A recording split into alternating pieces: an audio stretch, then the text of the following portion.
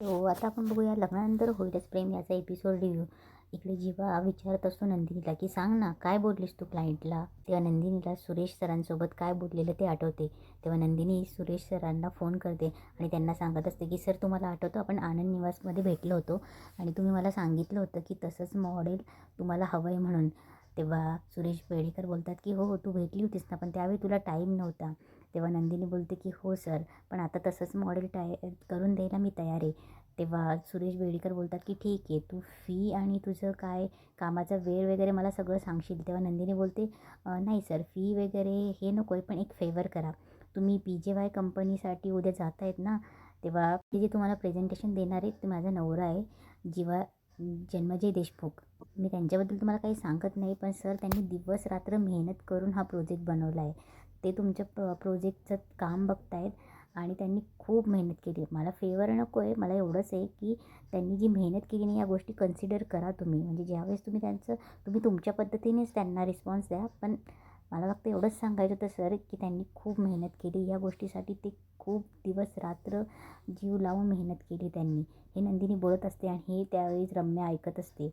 तेव्हा नंदिनीला हे सगळं आठवतं. तेव्हा जीवा बोलतो, की सांग ना, त्या क्लायंटला सांगितलंस ना तू, की तुझा नवरा किती लूजर आहे रे, हे प्रोजेक्ट त्यांना द्या अशी रिक्वेस्ट केलीस ना तू त्यांना? तेव्हा नंदिनी बोलते, नाही नाही नाही, तुम्ही असं का बोलताय, काय बोलताय तुम्ही? मी त्यांना असं काही म्हटलंच नाही. मी त्यांना फक्त एवढंच बोलली, की माझ्या नवऱ्याने या प्रोजेक्ट मागे किती मेहनत केली ती कन्सिडर करा, एवढंच म्हटली मी. तेव्हा विक्रम बोलतो, नंदिनी असं का केलं असशील पण तू? तेव्हा पार्थही बोलतो, की हो पण नंदिनी जे चालू होतं ते व्यवस्थित चालू होतं, जीवा व्यवस्थित ट्रॅकवर होता. तेव्हा नंदिनी बोलते, हो पण मी वशीला नाही लावलाय पार्थ. तेव्हा नंदिनी बोलते, की आई बाबा मी त्यांच्याशी एवढं नाही बोलली. मी त्यांच्याशी एवढंच बोलले, की हे प्रोजेक्ट फक्त तुमच्यासाठी प्रोजेक्ट असेल, पण जीवांसाठी ह्या अस्तित्वाचा प्रश्न आहे.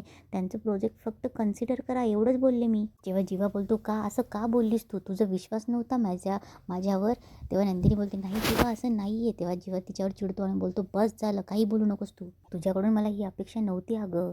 तुझ्या मदतीशिवाय मी उभाच राहू शकत नाही असं वाटलं होतं ना तुला? तेव्हा नंदिनी रडत बोलते, की नाही असं नाही आहे.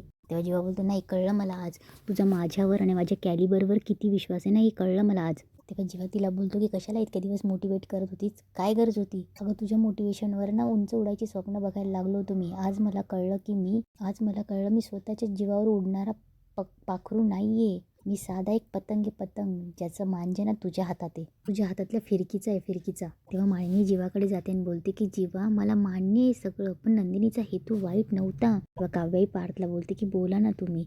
तेव्हा माळिनी बोलते, की अहो तुम्ही समजवा ना, विक्रमला बोलते. तेव्हा विक्रम बोलतो, की आय एम सॉरी माळिनी, पण मी या बाबतीत जीवाच्या बाजूने आहे.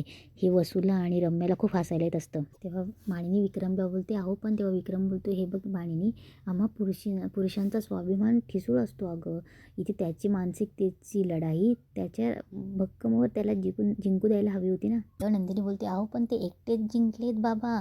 तुम्हाला त्यांच्या प्रेझेंटेशनवरून एकदा तरी वाटलं का बेडेकरांनी माझ्या बोलण्यावरून त्यांना प्रोजेक्ट दिलं आहे म्हणून? तेव्हा जीवाच्या डोळ्यात पाणी असतं. तेव्हा विक्रम बोलतो, नाही नाही, जीवाने जे प्रेझेंटेशन दिलं आहे ते त्याच्या एकट्याच्याच याच्याने दिलं आहे, त्यात काही वादच नाही आहे. त्याचे हे प्रयत्न त्याच्या यशावर भेटले, पण त्याचा आनंद तर हरवला ना. तुझा हेतू त्यामागचा काही वाईट नव्हता, पण तरीही तू असं करायला नको हवं होतंस. मग काव्य पुढे येतील बोलते, जन्मजय सॉरी, म्हणजे मी असं मध्ये नाही बोलायला पाहिजे, पण तुम्ही एकदा माझ्या नंदिनीताईला समजून घ्या ना. अहो तिने जे काही केलं ते तुमच्या काळजीपोटी केलं आहे. अहो तिने तुमच्या काळजीपोटी तुमची मेहनत वाया जाऊ नाही म्हणून केलं. विक्रम काका म्हणाले तसे तुमचा स्वाभिमान पुरुषांचा ठिसूळ असू शकतो, पण तिने तुमच्या स्वाभिमानाचाच आजपर्यंत विचार केला आहे.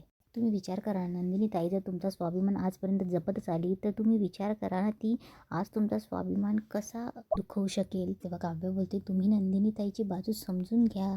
तेव्हा जीवा बोलता बोलता बोलतो, की तू तिचीच बाजू घेणार अगं, कारण तुला आत्तापर्यंत हेच वाटत आलं आहे ना, की मी काहीच करू शकत नाही. आणि जीवा एकदम शांत बसतो.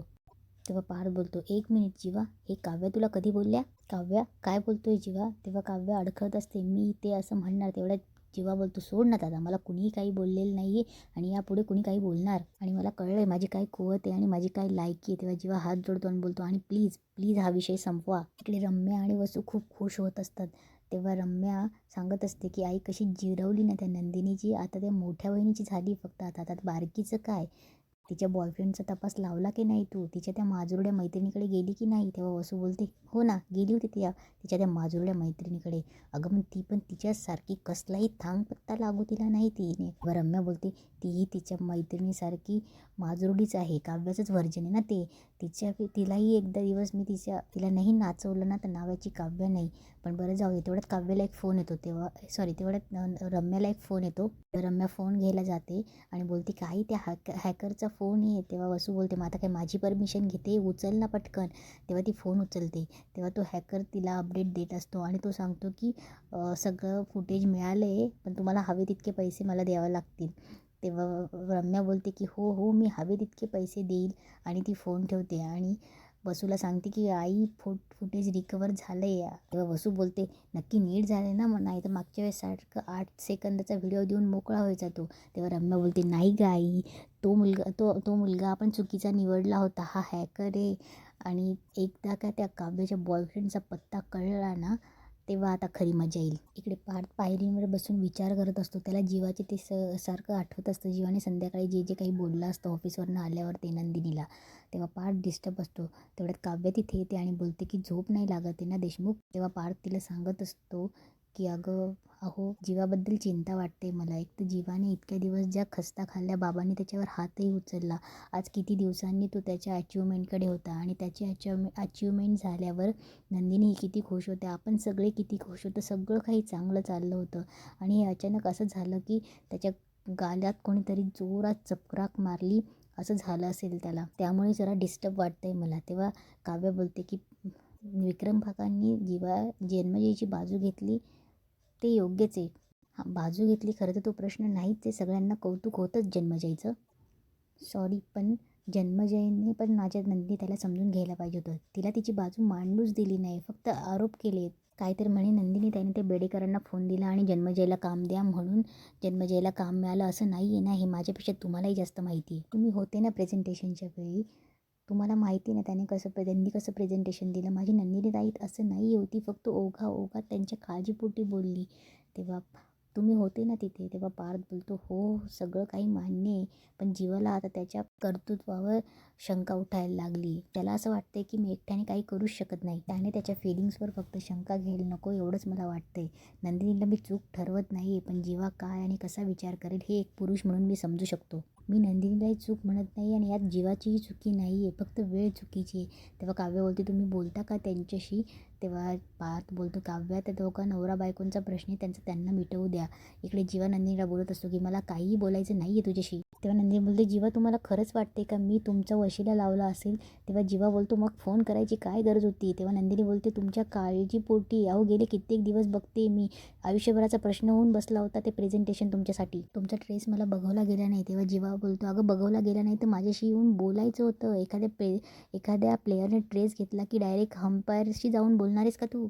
असा त्रास संपवतात का? असं मिटलं असतं का? आणि आजचा प्रोजेक्ट जर मला मिळाला नसता तर जग संपलं होतं का? मेहनत करतच होतो ना मी. आजचा प्रोजेक्ट जरी मला मिळाला नसताना, हरलो असतं ना मी, तरी मला तुझ्याशी येऊन बोलल्यावर बरं वाटलं असतं, हलकं वाटलं असतं. पण आज जिंकूनही मला हरल्यासारखं वाटतंय. तेव्हा नंदिनी बोलते की असं नका हो बोलू, तुम्हाला जिंकणं बघण्यासाठीच माझी तडफड चालू होती. मला आयुष्यात सगळं काही मिळावं म्हणून माझी धडपड चालू होती. मला एक सांगा, आपलं माणूस पुढे जावं म्हणून त्याला थोडं पुश केलं तर ते काही चूक ठरते का? तेव्हा जीवा बोलतो, हो खूप मोठी चूक केली आहेस तू. आज जेव्हा मला प्रोजेक्ट मिळाला तेव्हा सगळ्यांनी ॲप्रिशिएशन केलं ना, तेव्हा मला खूप भरून आलं होतं.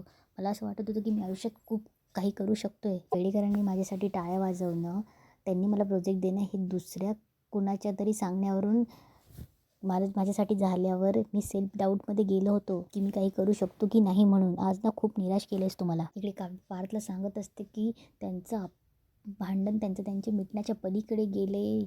आपण त्यांना समजवलं तर काहीतरी निघेल तरी. तेव्हा पार्थ बोलतो की बरं ठीक आहे, मी नंदिनी त्यांना समजवतो, तुम्ही जीवान त्यांना समजवा. तेव्हा काव्य बोलते मी. तेव्हा जीवा बोलतो हो. तेव्हा पार्थ बोलतो, हो त्या दिवशी त्याने तुमचा ठसका थांबवला होता ना, मग आता तुम्ही त्यांचं डोकं शांत करा. बाकी नंदिनीशी काय बोलायचं, कसं बोलायचं ते मला माहिती आहे. चांगली आयडिया दिली तुम्ही. तेव्हा पार्थ काव्याला बोलतो चला. तेव्हा काव्य बोलते, मी. पार्थ तिला घेऊन जातो. ते दोघं दरवाजाच्या बाहेर उभं असतात. तेव्हा नंदिनी जीवाला समजवत होते की जीवा प्लीज, जीवा माझं ऐकून घ्या, माझं तसं हेतू नव्हता हो, मला तुम्हाला टेन्शन आलेलं बघवत नाही जीवा. तेव्हा जीवाही सांगतो की मलाही तुला खुश बघायचं होतं, मला तुझ्या चेहऱ्यावर हसू बघायचं होतं, मला जगाला नाही मला तुला प्रूव्ह करून दाखवायचं होतं की मी काहीतरी करू शकतो. पण आज हरलो मी आणि तुझा कॉन्ट्रॅक्ट जिंकलं आणि माझी मेहनत हारली.